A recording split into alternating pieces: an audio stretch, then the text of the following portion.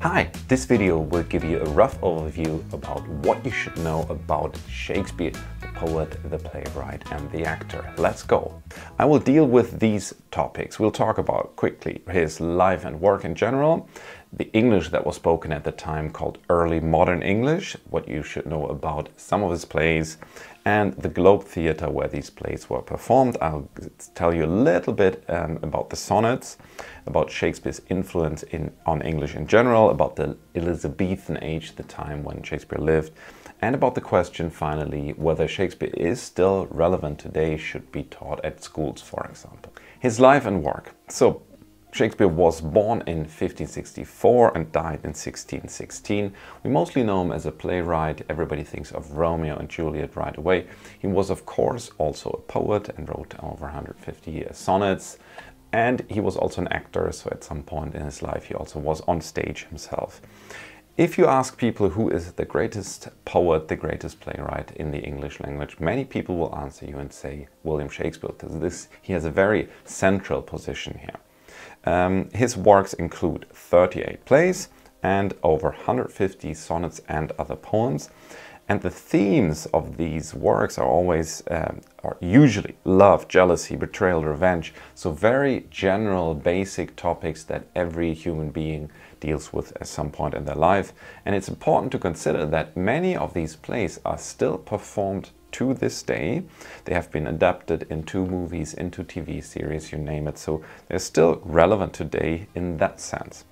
His language is often said to be very beautiful, intricate, and the point with it is that if you go into depth, there's also a logic behind it, there's a deeper meaning, so he's widely admired for his use of the English language. The English that was spoken at his lifetime was called early modern English. So never say Shakespeare used old English, that's not true, that was a lot older. It's called early modern English, whereas the English we use today is modern English, so that's the difference. Was spoken roughly from 1500 to 1700. There are differences in spelling. English spelling wasn't standardized yet. Pronunciation, so words like invention were pronounced invention, and proved was pronounced proved, so that, for example, in a sonnet it could rhyme with loved. The vocabulary was different. You had words like wherefore, that today we would say why, but many others, of course. Grammar was different. You could ask a question this way. You could say, what say you, instead of, for example, saying, what do you say? So many differences, some of them small, some of them bigger. To give you an example of things that I think are relevant for Shakespeare, the difference between you and thou. Back in the day there was you, which was more formal, and thou, which was less formal, more direct and personal. And you see how Shakespeare uses this difference in some of his plays. You had the he, she, it as ending, but you also had the he, she, it, th ending, so hates and hateth. Furthermore, you had a different form of my. You would say my heart, but you would say mine eyes because of the vowel. So to avoid my eyes, mine eyes. So a sentence like, how camest thou hither? Tell me, and wherefore? This is the early modern English version. Today we would say, how did you come here? Tell me, and why? So some differences, but still recognizable to an extent if you approach from modern English. What should you know about his plays? First of all, you can categorize his plays into three distinct categories. One of them is comedies. These plays were usually funny, had a happy ending, often involving marriage. So, for example, Midsummer Night's Dream is a well-known comedy. Or tragedies are usually rather sad in total or thoughtful. They end with death often. Romeo and Juliet is one of them. Or history, so here Shakespeare presented historical characters, not always trying to be completely accurate, but using their lives to tell a story and come up with a plot. Here I'll show you just a very short excerpt from a play, but what I think is interesting to see is there was very little in terms of stage directions. This is typical for Shakespearean plays, so it didn't say what does the scenery look like, what kind of facial expressions have the actors got. The only thing we get here is where for Romeo it says aside, so he goes like this. shall I hear more or shall I speak at this? But this is very typical for Shakespearean plays again. It had also something to do with where they were performed, which was, of course, the Globe Theatre. This is a modern reconstruction, of course, of the Globe Theatre, but it must have looked very similar to this back in the day. And you have to consider that all the plays were, or often they were performed under an open, they were open air, so there could be rain, there could be sun, there was natural light. And you couldn't change very much in terms of scenery, couldn't make everything dark and then change the stage setting and so forth. So it was very much exposed to the elements and open air. He wrote many poems and usually used the form of the sonnet. And there are different kinds of sonnet, Italian sonnet and so forth, but his form that he used was always, or usually, it was 3 quatrains and 1 couplet, so resulting in a total of 14 lines. This often then is called the Shakespearean sonnet. And the last 2 lines, the finishing couplet, is often where the most important point of the whole sonnet is being made. Also, you usually have iambic pentameter, so the rhythm the meter is "my mistress' eyes are nothing like the sun." So da dum da dum da dum da dum da dum. This is very important when you're reading sonnets and also in his plays, because sonnets are also used in the play, so characters speak in sonnets in his plays sometimes. Shakespeare had a big influence on the English language, that is of course clear, but how exactly is hard to measure or define.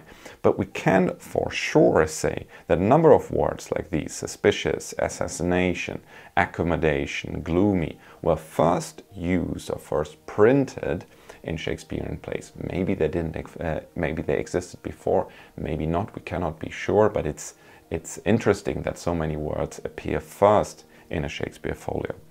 He also coined a number of phrases, people say. Again, we cannot be 100% sure, but you can expect that part of them at least were invented by him. It's all Greek to me, I couldn't sleep a wink, he was dead as a doornail. If you're not a native speaker of English, these might sound very strange to you. But even if you're a native speaker, they might, but a number of his phrases are still in use today and are relevant for the English language. He lived during the Elizabethan Age, of course, named after Queen Elizabeth I. What we have to think about at that time, relatively speaking, England was flourishing, England was doing well. London was developing into one of the largest cities in Europe. It was becoming very important, and it was also the time when exploration and expansion of England started, which later on turned into the British Empire, of course, but the first steps were taken during this time. Also important religious conflicts. Henry VIII had sort of cut ties with the Catholic Church, so you had conflicts between Catholics and Protestants in England. Of course, there was big gender inequality, this is clear at that time. And you had many poor people, of course, but also wealthy people, and not only their aristocracy, but there were the first sort of businessmen, traders, who were starting to have a large level of wealth that equaled or almost equaled that of the aristocracy. Another important fact is that they had a very strong belief at that time into a sort of a God-given hierarchy, often called the Great Chain of Being. And usually this picture is used to show this, where basically you have God at the top, the devil at the bottom, and animals, humans, plants are sort of on different levels in this chain. And the idea, of course, is that you are born in society into a certain place, and more or less you need to stick within this place that God has given you, whether it's king or whether it's a craftsman or whatever it is. And you can see this in Shakespearean plays, that sometimes this natural order, as it's thought to be, is challenged and then has to be restored at the end of a play. Now, final question, is Shakespeare still relevant today? Should he be taught at schools or taken off the curriculum? You could say he is relevant because the themes he deals with are basically still relevant today. Love, hate, these are things that never go out of fashion. They always are important to us. And because the plots are so focused on these, we can still relate to these plots today.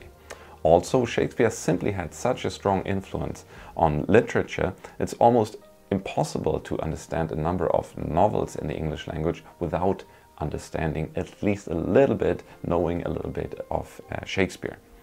He has historical significance too, so by reading Shakespeare we can find out about the time during which he lived, so we learn a bit about history basically. Also, he has had, beyond literature, such a cultural impact on the language, on general ideas. Again, his theatre plays have also been adapted into movies, into TV series, so that it's hard to understand culture today without knowing Shakespeare at all. On the other hand, of course, you could say he's not longer relevant, or not longer that relevant, because there's increasingly a language barrier. This actually gets worse, I would argue, and it's very strong. As you have seen, the early modern English can tend to be quite different, and there are lots of phrases you will not understand. And some very simple jokes we cannot relate to them anymore when we read them on the page, when we hear them in Shakespearean language. So why deal with that if you basically first have to learn vocabulary, grammar and so forth to understand it? Also, the cultural distance is of course increasing. It's hard for us to relate to a world where of course the status of women is completely different. There are religious conflicts at the center of society. So some of the things that were important in his time are not that important anymore to us, and vice versa. Also, if you say you're thinking about, for one school year, picking one author and you pick Shakespeare, you could say that you have some representation and diversity issues. Are you dealing with black people? Are you dealing with gay people? Are you dealing with people from different cultures? Not really. You're focusing on male white experience. And now, this is nothing against Shakespeare himself, of course, but if your selection is limited to very few authors and you only pick Shakespeare, then I would agree this could become a problem, that you don't open up your view to everything. Also, the themes, yes, we can relate to them, love, hate, but some of them are still a bit outdated. For example, revenge. Is that really so important in our society today? So while they are still relevant, maybe not in the same form, maybe not in a way that we can relate to them completely, these themes. So this was my little overview on William Shakespeare. I hope I was able to help you a little bit. See you soon here. Goodbye. English with Mr. B.